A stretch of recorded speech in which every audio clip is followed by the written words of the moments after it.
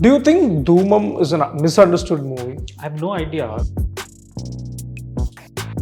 I don't think anybody is working as a single unit. Films you can live without watching stuff, but food you can't. After Dhoomam, I figured that we should, even if there are 9 people saying good things, there's one guy who says something. Yeah. It's very important to pick that one guy's Correct. suggestion. Hello Pawan, welcome to the Hindu. Yes, happy to be here again. Nice. So I'll start off with the conversation we had as soon as I saw the poster. I said, welcome back to films, and you corrected saying that it's series. But generally speaking, I think Dhoomam was 2023. I mean, 2 years is a decent bit of a time, not too long, not too short. But did you feel any distant from movies or being part of the sets? Not really. Being in the set and doing something, it's been that long. But otherwise, we were constantly in some script writing. Right. Those kind of activities were happening. Of course, going on the set the first day, seeing 100 people running around with everything, that was 2 years ago. Yeah. Right. Yeah. But how did you kind of, in case there could have been times where you missed being on sets, right? What do you do then? Like, do you watch a movie and then? Not really. Last 2 years, I was also on a journey of learning other things Yeah. and doing, learning about farming and Yeah. experimenting things. So it's not that I really missed being on the set. I think it was more like the energy is very, what's the word, infectious, when you're on the set. And as soon as I got in from day one, I did really like that energy that you sort of get to feel and be with people. But I would not say that last 2 years I kept missing it, because I was also very actively, happily doing other things, which I felt was long due, just in life to learn other things, than because it's been close to 25 years of just trying to tell stories. Yeah. So it was a good long sort of different perspective to look into. Yeah. Right. So Shodha, there was no announcement like something like this is on floors or like it's being filmed directly. The first thing that we saw was that this is coming like this month. So, but how did this come into place, like this series Yeah, itself? I think Karthik or Sunil, I've forgotten now, 3-4 months ago, they just called me and said there's the script and Z is trying out series in Kannada. And I was aware of that part. And they said we were thinking if you would be interested in playing this. So when I got this half-page synopsis, I could understand what this whole story is about and what the protagonist's journey is going to be. And that was something that really got me, because I like those kind of things. And the journey was not a one-dimensional. It had a lot of playing and a lot of faking things, a lot of challenges for an actor to do. I thought it had been about 10 months since I'd been on stage as well. So the acting bug is always alive. And so that immediately said, because I could see that there's so much to do and it's going to be a lot of fun. That was one big thing. And the other, which I've been saying, is that there are no other platforms that have come forward to do Kannada series. Yeah. So when Z said they're attempting, because we have a very strange market when you look at corporates evaluating markets. Yeah. They have their reasons to not think of investing in Kannada. And when a corporate was trying to do that, I felt like as creators of this land, we should show our enthusiasm, we should show our support. So whatever the numbers, the fees, or whatever the budgets are, I said, hey, this is how everything starts. Correct. So it's like, otherwise we'll be stuck in the chicken egg situation. Yes. So I immediately said, let me just jump in. I, in fact, didn't even really read the contract. I said, I'm just jumping in, you just need 2 months of my life. Yeah. This is absolutely, I can dedicate. And I feel that once I have done it, and generally whatever, like, people have associated me to more films. Correct. And when I come and do it, I feel it encourages more creators to say that, hey, there's this other way of storytelling, which also, offers you multiple dimensions to tell a story, rather than be pushed on how a theatrical box office has its own template, Correct. has its own reasons to make you do it in a certain format. But a series opens that up. So I felt like, let me do this, and let's hope good things come out after this. So you've not written this series, and of course Yeah. Sunil is the director, and I liked his Orchestra Mysuru a lot. But I'm asking, like, you did this with AHA, right? The web series Kudi Edamaithe. So even though it's not associated with these giants like Netflix, Amazon, it was a very quality web series with whatever sources or whatever that you had. So what is the thing that you're bringing into this, like from the experience that you had in AHA? Yeah, AHA, and also Netflix. I'd done Netflix, Laila. yeah, Yeah, Laila, so the two yeah. series I'd learned like how what films do and what series do, and how the viewing audience is mostly viewing it on their phone or on a television or a laptop. And there's also this whole when you go to a movie theater, there's a sense of commitment because you've Correct. bought the ticket and Yeah. you have set aside those 2-3 hours to do it. So no, I mean the movie should be really bad for you to walk away halfway. Otherwise, you tend to do your paisa vasool by sitting through the film. But here they have the option to turn off, see their phone, get into some other engagement. So one of the biggest thing is to how tight your script and how tight your editing needs to be, how to the point, and how to keep them engaged the whole time. They should not feel like I know what's happening next. Wow. That is very important. So these are the things that we picked up while I was doing that. And yeah, so when I got in, they did have a shooting sort of a script. Written by Suhas, but within a day or two, though I tried to be like very consciously, I'm just going to act and do nothing, but my writer director side would keep popping out here and there. And I would start seeing that, hey, if the script is here, then I can see that it has like a little more potential if we tweak something or if we redo some lines. And since Arun Zagar is from theatre, Siri is from theatre, which we three majorly have many sequences amongst us. So it became very easy, and they like that energy when you're given a script, but then there's something more that we can do with it. So I started getting involved in writing with it, and hence the credit for that. And So that is script doctoring. Script doctor, wherein whatever was existing, I was trying to see how we can elevate it to another zone. Also, a little bit of reshuffling happened, and I could see that while something was written in a certain format, also which I'm also open to when I direct, it is because only when actors, it's very easy for us to on our laptop write two people sitting on the couch and talking. But when the actors actually start doing it, then you start seeing where it's dropping, where it's holding. So I also, when I'm directing, ask the actors, hey, is it working for you? So this is basically me now giving that feedback out. And Sunil was for about 2 schedules the assistant on Lucia as well. Correct. So I have that connection with him. So he was more than happy to kind of butt in a bit into his job and say, okay, if you do this, we may be able to perform better. And so it was a very collaborative effort. But can there be a script doctor in movies as well? Like, do you need usually somebody? There are. It's just that I don't know if they're officially credited. And here, I also didn't want to associate myself as a writer because there is a team which has worked on it for many months, and I didn't want to take away from them. They have given you a script at the end of the day, and I have only taken that a bit forward. So I said I don't want to be credited as a co-writer, nothing. Just put a script doctor because ideally that's what I've done. So in that sense, like we associate certain things with the projects that you are part of, right? Like maybe there might be some really unexpected twists or like some shocking moments. Like, is there anything related to that? Like, I mean, with whatever was provided, we did try and get there while we were doing it. It's not that we wanted to do those signature moments or anything. Not that I try to do it in my films either. It's just that it comes naturally, probably like a language of storytelling. So there were times, or even now in the edit, I was sitting with them for a couple of the edits, and I would say, hey, let's try and bring these sequences in parallel or together or in flashbacks. So probably you will find a little bit of those. One last web series related question. So I was talking to Nivedita Shivrajkumar, who has done a couple of web series for I think Woot before. So she said there's no space for web series in Kannada, which you also mentioned. Do you think it's like it's about like if there's a one hit web series, will that change the scenario? No, I think they should be constantly fed. Like right now, Ayana Mane did some Yeah, videos, and number. then there's a long break.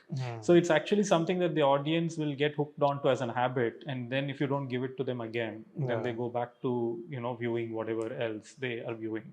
So there needs to be like a bit more content coming in consistently. They should at least have once every 2 weeks or a week. I think Z is trying to get there. Yeah. But as a Z alone as a platform may not be able to fill up the whole calendar. Correct. So I hope the other OTTs open up. And more than anything, I'm looking at it as that it takes away that box office pressure, which is so important and helps you write very differently. Yeah. Yeah. And you said that for 2 years you were involved in farming. Which was that one point where you felt that this could be like your second love or something like that? You will be part of it for a couple of years at least. Farming. Yeah, yeah. Not like I would not really associate the saying that I completely moved to it. It's just that we picked up a piece of land and I had to figure what to do, and that was a learning, and it was an eye opener because films you can live without watching stuff, but food you can't. And we, you, me, everybody has to eat food.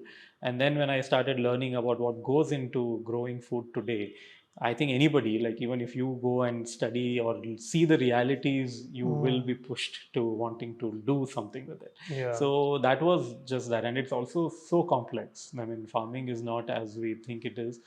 Dealing with nature's, dynamics is like so complex and challenging. And here, like you probably just heard, we've just pushed the release date by a week because we're trying to deal with some dynamics of post-production, which we can take as a call. But with nature, you can't. You can plan everything and it rains for 3 days and everything's gone. Yeah. So those challenges were very interesting. So it's not that I would say I shifted. It was just that I enjoyed doing it. And also our space of storytelling, I think I thought, hey, I've done it for so long. It's okay to now look at other things. It's just that. Right. So we last spoke during Dhoomam, and there was this mention about no smoking, which was also a part about smoking. And you called it a very cerebral movie. Maybe many people might not have understood that movie. Do you think Dhoomam is a misunderstood movie? I have no idea. So I would say, see, till the day of the release, we as a team, and we are also not a team, we are too attached to what we do. So I am especially someone who keeps showing it to people, saying that, can you find flaws? Correct. Can you find mistakes? Or can you tell me what didn't work for you? So I'm very detached that way from how we do it. So for us, it was even for the producers, I had the heads of many OTTs who came and saw the film a day before. The response or the way of engagement that they had was very different. Yeah. But slowly it started opening up, though I do know that there is one tweak I would do if I can. I wanted to ask that. I thought it would be a very cliche question to ask. How do you say, like, what would you change to? There's just that, which I later had figured that Alfred Hitchcock had taught us this thing way before. It's just that I forgot to apply it when it came to, what do you call it?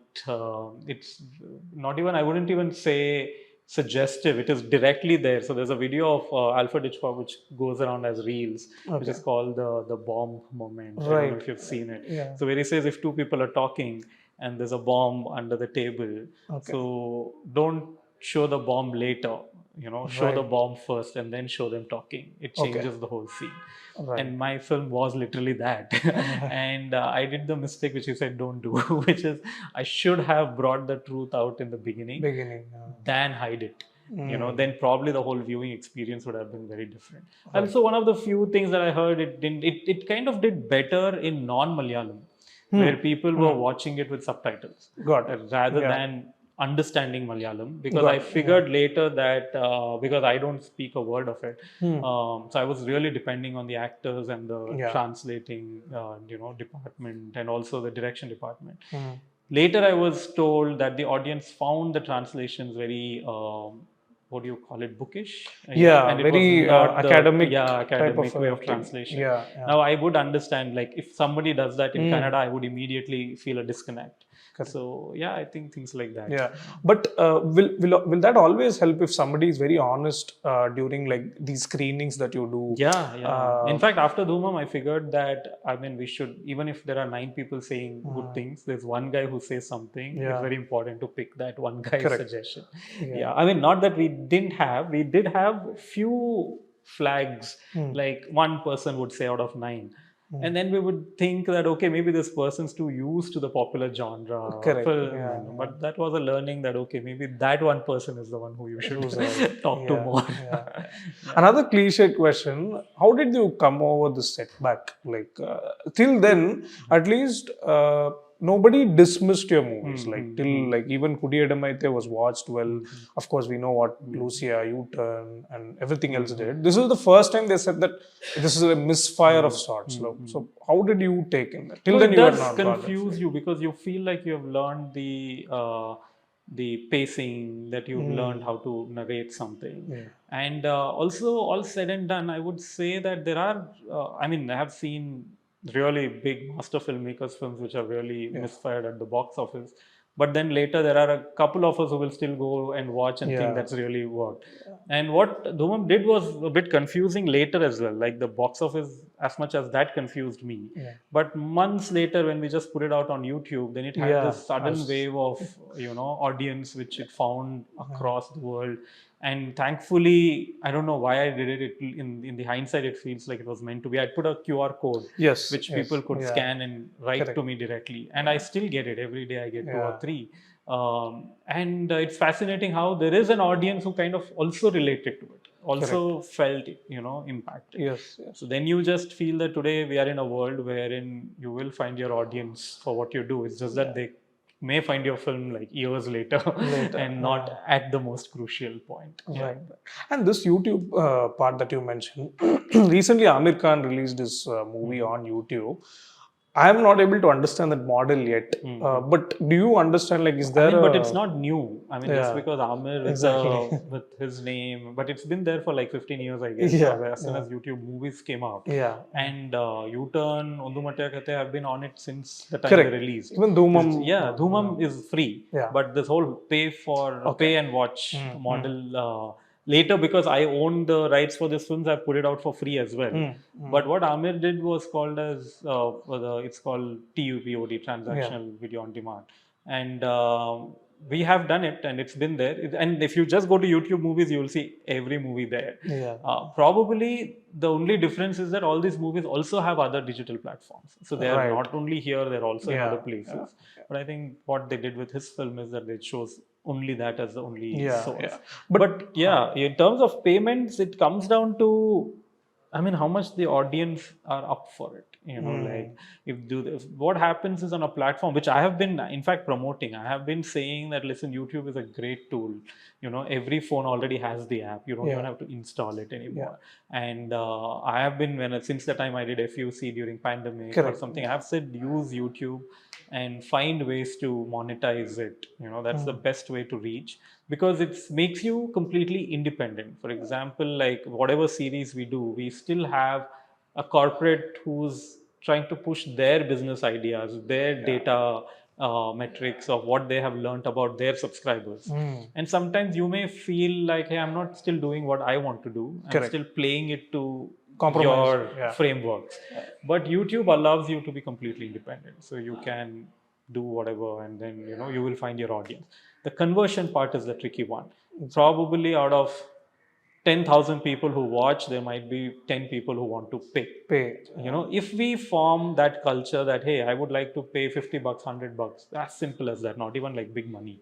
If an audience voluntarily builds that, only then it can be a game changer. But what I have seen in the last 15 years of having attempted is that there is a 0.5% of audience who wants to do it. The rest would like to watch it free. And that's too less. I mean, the volume has to be massive for that 0.5 to have an impact. Right. So every 10 years, things change, right? Like Lucia was 2012, so we're like 15, 13 years later. Things change in the industry itself.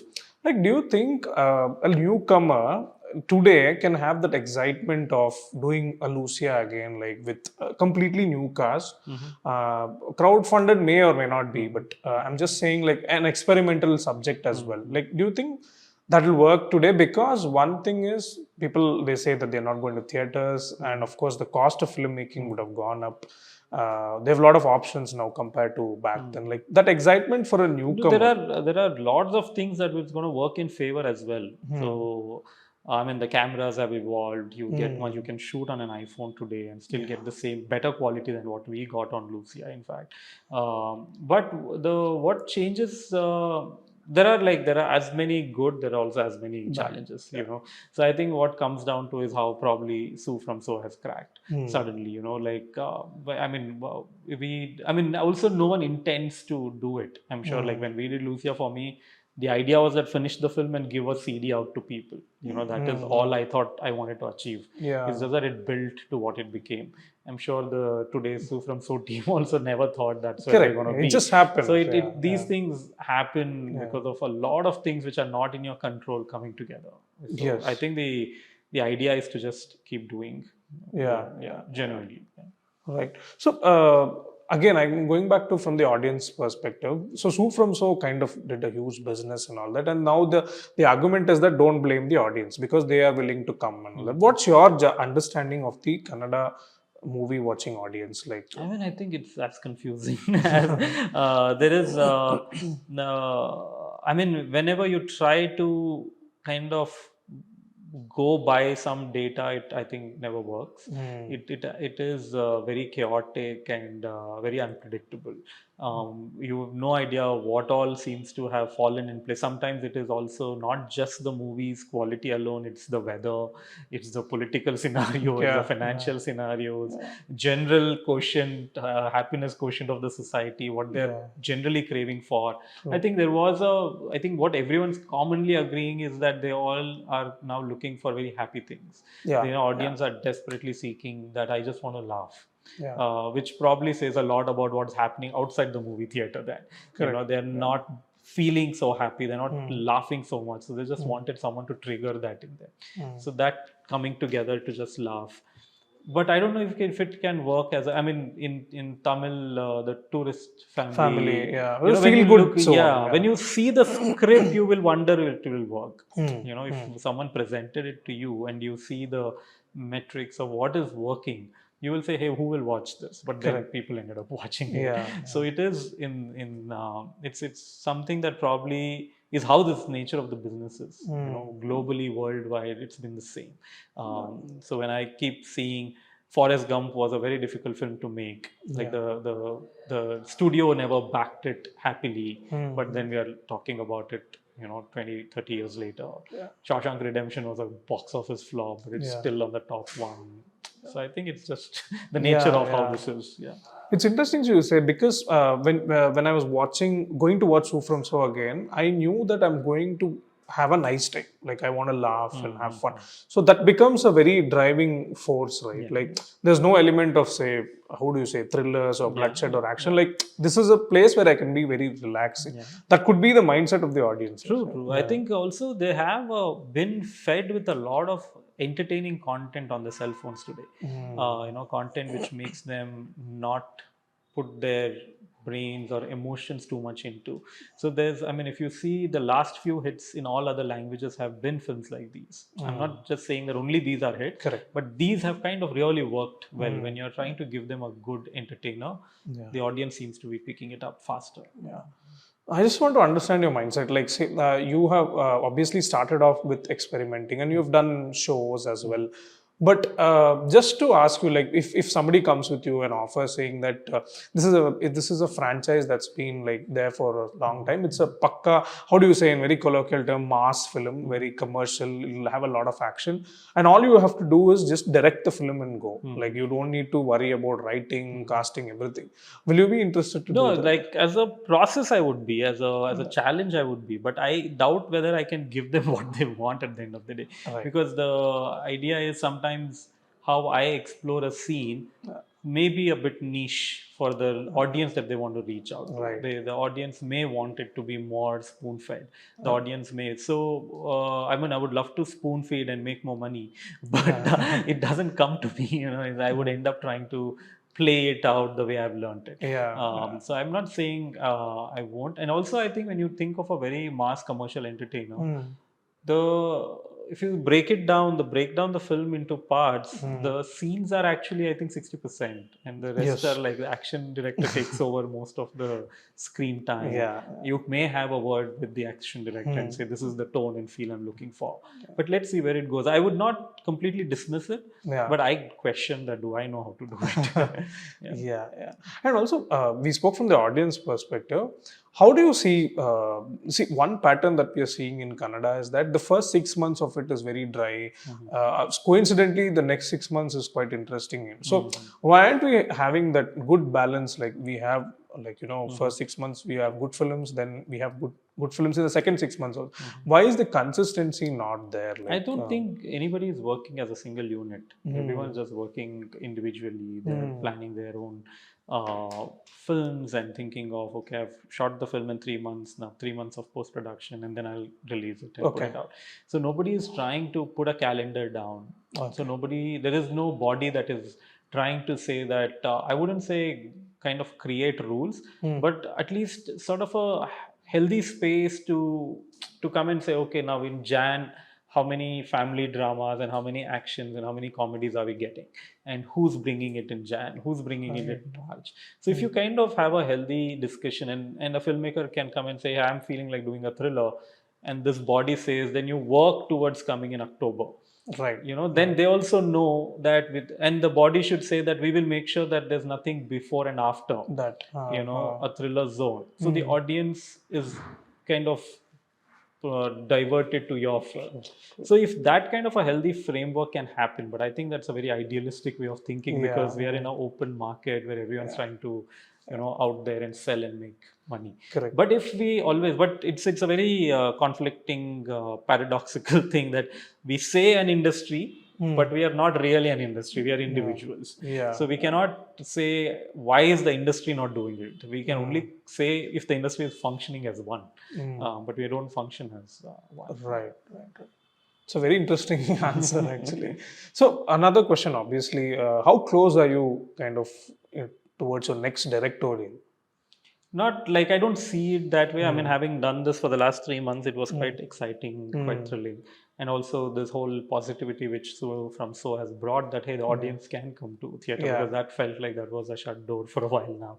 So that has been motivating. But let's see, I mean, I want to,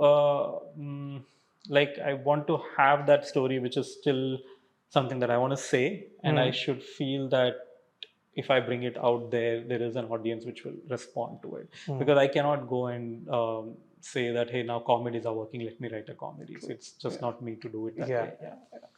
But have you, do you have some ideas? There are a couple of them. There are. And I'm also finding the whole digital space more interesting, because I felt like the kind of stories or the kind of character explorations I'd like to do, I'm finding more space here.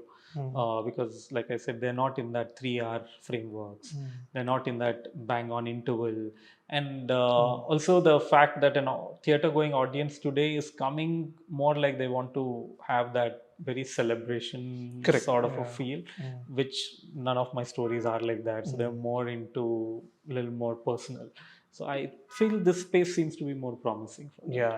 I wouldn't have asked this, but a lot of times on social media, this keeps coming up. Do you go back to Dvitva and think that, somewhere I can make it happen? The conversations keep happening. We have also thought of how about making it into a series, because it offers itself to be that as well. So we just have to see where it will work the best with which platform. Lovely. And also the actors, who are the actors who want to pick it up and do it. Superb. So lovely talking to you, Pawan. All the best for Shodha. Good to see you back. Thanks. Thanks.